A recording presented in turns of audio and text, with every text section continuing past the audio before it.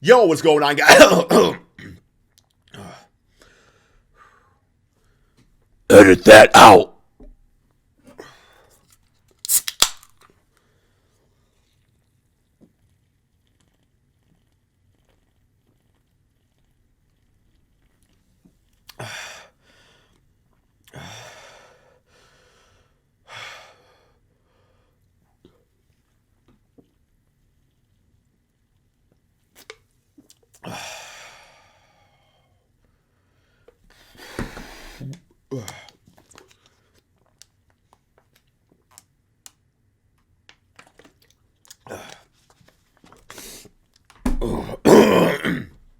All right, take two.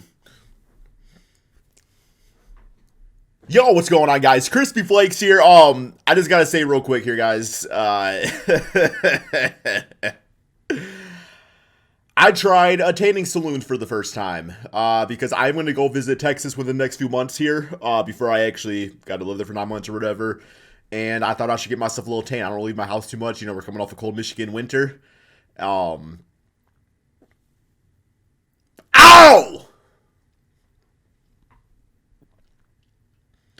People are saying at least I'm not going towards like August and stuff, bro. But I burn pretty easily, so I'm pretty used to this. I don't know, bro. Y'all can call me Crispy Bakes for the foreseeable future. For today's video, we got one of my favorite YouTubers, Barry McCockiner. I'm sorry, bro. I've been paying the bills off your videos, man. You know, man, I love your NBA content, bro. I'm sorry, bro. But yeah, man, he's just a great YouTuber. Go subscribe to him, guys. Very funny dude, man. And we got a video called The 10 Biggest Chokers in NBA History. 10 biggest chokers. Let's go. It's now conference finals time in the NBA playoffs, so I've decided to keep the NBA theme videos going. Except this time, I'm going to be looking at who I think are the 10 biggest chokers in NBA history. Unlike other videos of mine where I rank things, there really Jerry is West, no for one sure. set criteria for what makes a player a choker. Just show Jerry. It's one of those things that you just kind of know it when you see it. And as a basketball fan, if you've researched, studied, and seen as much NBA as I have, there are certain players who, well, you just don't fear in the big moments. Wait, so get ready to get your pitchforks out. Did they used to do... Is that even a company? Because I know they got like the little like branding thing, but I thought they just started doing that like 5 years ago or whatever. I never heard of that company before. Right after this. Before I continue, I want to take a moment Hello, to Fresh, man. Video oh, God, I do not show up good on this camera, bro. This is not enhancing it, man. Okay, we got Hello Fresh here. I've actually tried it before. They're pretty tasty, but, you know, this is, you know, help my man Barry get that bag. Baggy McCockiner, bro. Yo, there we go. Code Barry16. All right, let's get it. Melo is a fan favorite for reasons I've never completely understood. I guess people just love watching a guy do a couple. I didn't realize the white balance was this bad with my jumper. With my Melo burn. is one of the most successful scorers in NBA history, but that's really all he's good at. And honestly, he's not even really good at that in the postseason, which is why he makes. But man, was he fun to watch? You would think that a guy who is a quote-unquote pure scorer would be super efficient in the playoffs when things slow. I could have swore Carmelo played for Detroit for one season. Didn't he go to Detroit like after the Portland year? I could have swore I've been seeing Melo in a Pistons jersey before. I know Tracy McGrady did. Down, or at the very least, not see his efficiency fall off of a giant cliff. In 5 separate postseasons, he shot below 38%. In the playoffs for his career, he shoots just 41% and 32% from 3, with an effective field goal percentage of 44.6, which is dreadful. Don't be fooled by his 23 points per game when he's taking a bunch of shots, even by his standards, to get them. Outside of 2009, when his team made the Western Conference Finals, he's won 1 playoff series in a nearly 20-year career. In 16 playoff series total, he has a 3-13 record. And while I don't like using team results broadly to define a player, when you look at how many times Melo has underachieved individually, it does a pretty good job of explaining why his teams have never come close to winning shit. It's fun to watch, though. Chris Paul. CP3! CP0. Surface because when you look at Chris Paul's efficiency and his per game numbers in the playoffs, he's one of the best playoff playoff point guards ever. But remember at the beginning of the video when I said sometimes you just get a feel from watching a player that he's going to find a way to mess it up? That's Chris Paul in a nutshell. His entire career, he has blown massive opportunities to win championships or advance further in the playoffs and failed miserably. And it's been this injuries, way though, his you know, entire career. injuries. He blew a 3-2 lead in 2008 versus the Spurs and lost Game 7 at home. In 2009, he lost by a historic margin in the first round. In 2012, he got swept and played like crap in the second round versus the Spurs. In 2013, he blew a 2-0 series. Yo, Tayshaun, did you guys see that? Round versus the Spurs. In 2013, Tayshaun Prince.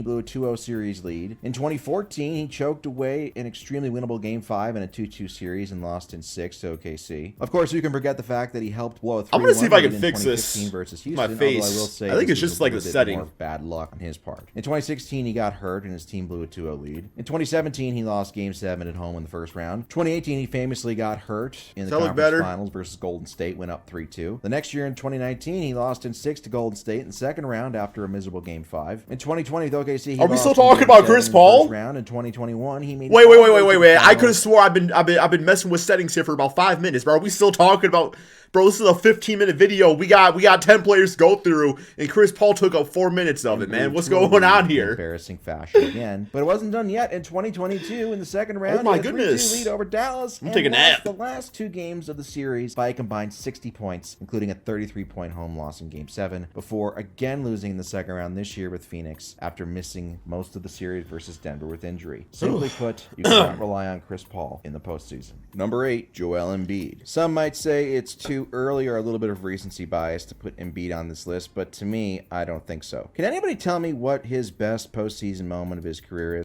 Yes. Winning MVP.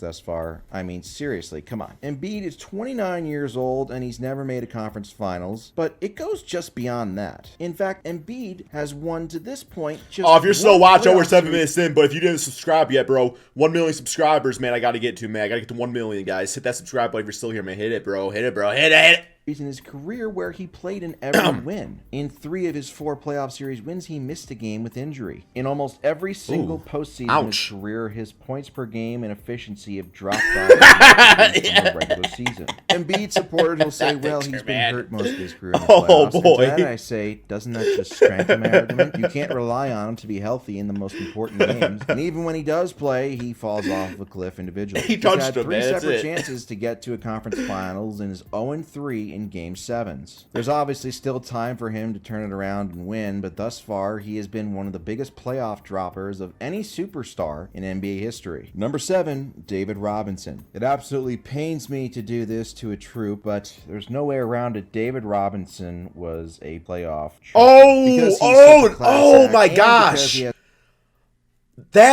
I was sorry, guys. I was so confused for a sec. My other video, I called him Nate Robinson. That's why everybody was saying David. My bad. 2 rings. Yes, which he David won as Robinson. the obvious David. second banana behind Tim Duncan. People seem to forget that David Robinson really stunk in the playoffs by his legendary standards. He made the playoffs 12 different times. 4.5 points a 9 game? out of 12 times he saw his points per game drop. But it wasn't just the per game averages that suffered. His efficiency suffered mightily as well. In 14 regular seasons, he shot below 50% just twice, whereas in the playoffs, he shot below 50% 8 out of 12 times. I would say that if not for Tim Duncan, David Robinson would be most remembered for getting the crap kicked out of him by Hakeem Olajuwon Terrible in the shooting. 95 Western Conference Finals, which, by the way, is the only time Robinson's Spurs Yeah, I'm pretty sure Hakeem's the greatest center of all time. It seems like every great center had issues with Hakeem at some point, man. ever made a conference final. Hakeem's not Hakeem, yeah. Hakeem. One of the better teams in the league during the regular Hakeem season. Olajuwon. Simply put, the Admiral played too much like the Private in the postseason. And that's not a sex joke, it's a military ranking joke, I swear. Number 6, Patrick Ewing. Unlike David Robinson, Patrick Ewing wasn't lucky enough for his team to stumble into Tim Duncan to help him win 2 rings at the end of his career. As is a common theme with most of the players on this this list, Ewing not only saw a massive but y'all had per game production, but Tony also Starks, bro. efficiency come playoff time. In 13 seasons with the Knicks, he saw his points per game drop from the regular season to the playoffs 10 out of 13 times. He also was a 51% career shooter in the regular season with New York before dropping to 47% in the playoffs. It might not seem like a big difference, but once you when did he get traded to Orlando? 135 playoff games. And who are we talking about again? Especially in the 19... Is he talking about... Yeah, he's talking about David Robinson, right? Yeah, that's David Robinson. No, that's Patrick... Oh, he played... Patrick Ewing played for the Magic?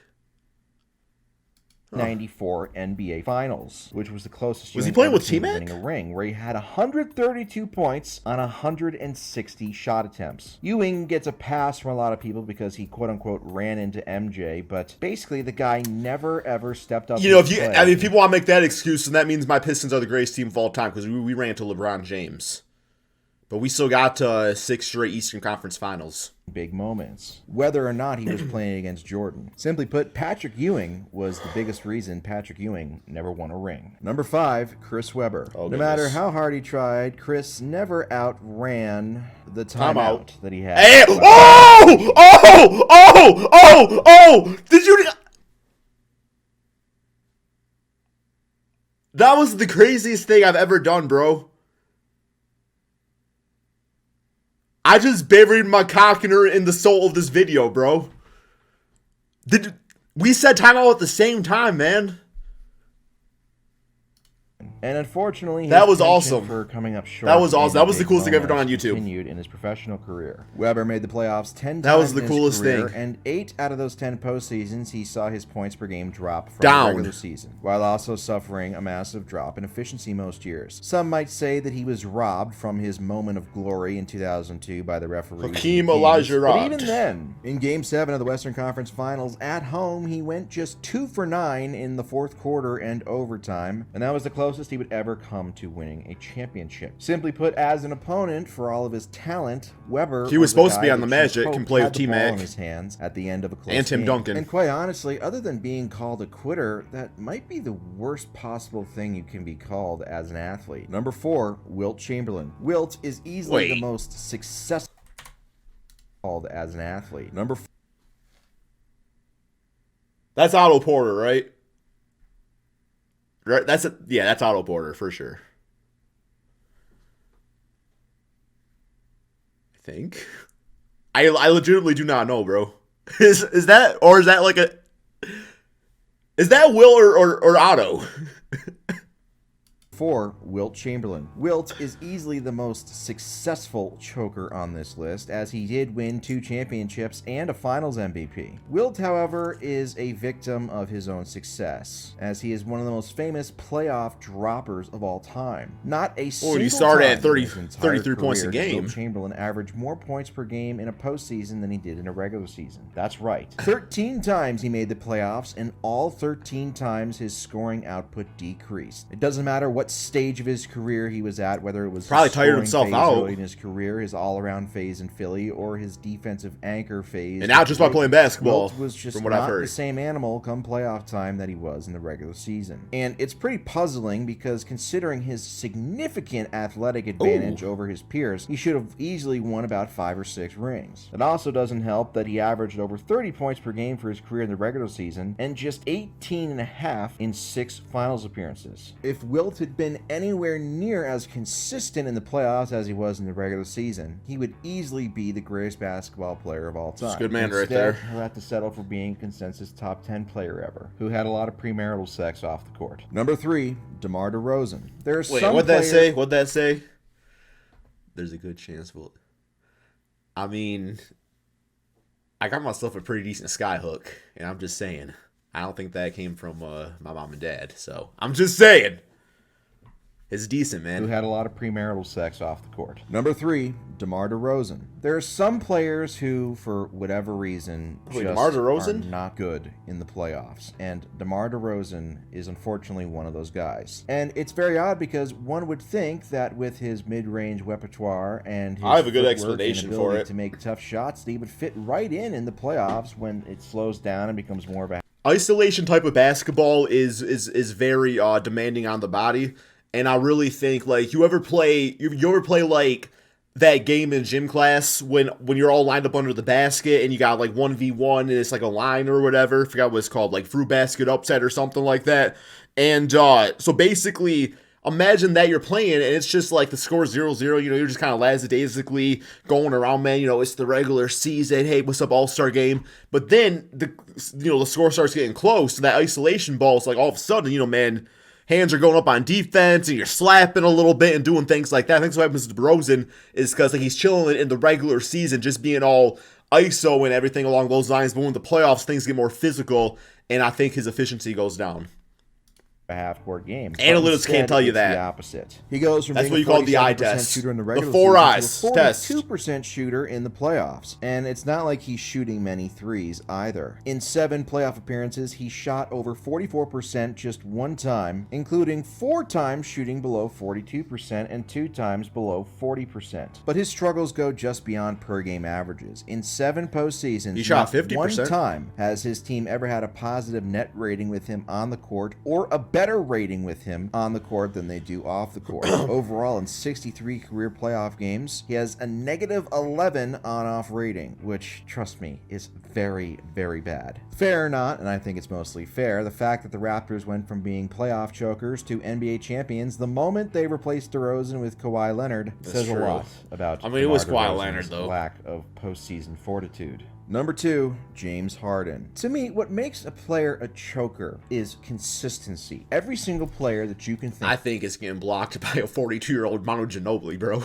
Yes, even Michael Jordan has bad playoff moments or bad shots or missed game winners. Man whatever. got smoked by Manu, bro. Chokers, though, that you can count on to crap their pants like clockwork every single year the moment the lights get the brightest. And James Harden is one of those rare few. He's made the playoffs I do every like James single Harden, year though. of his 14-year career. 11 times in 14 postseasons, his points per game dropped off from the regular season, and 10 times in 14 postseasons, his shooting efficiency dropped off from the regular season. But it's not just the consistent drop-offs from per-game averages over the entire postseason that make Harden special. It's the individual meltdowns that he seems to go through every single year when the lights hit the brightest. And the thing is, it's every single season.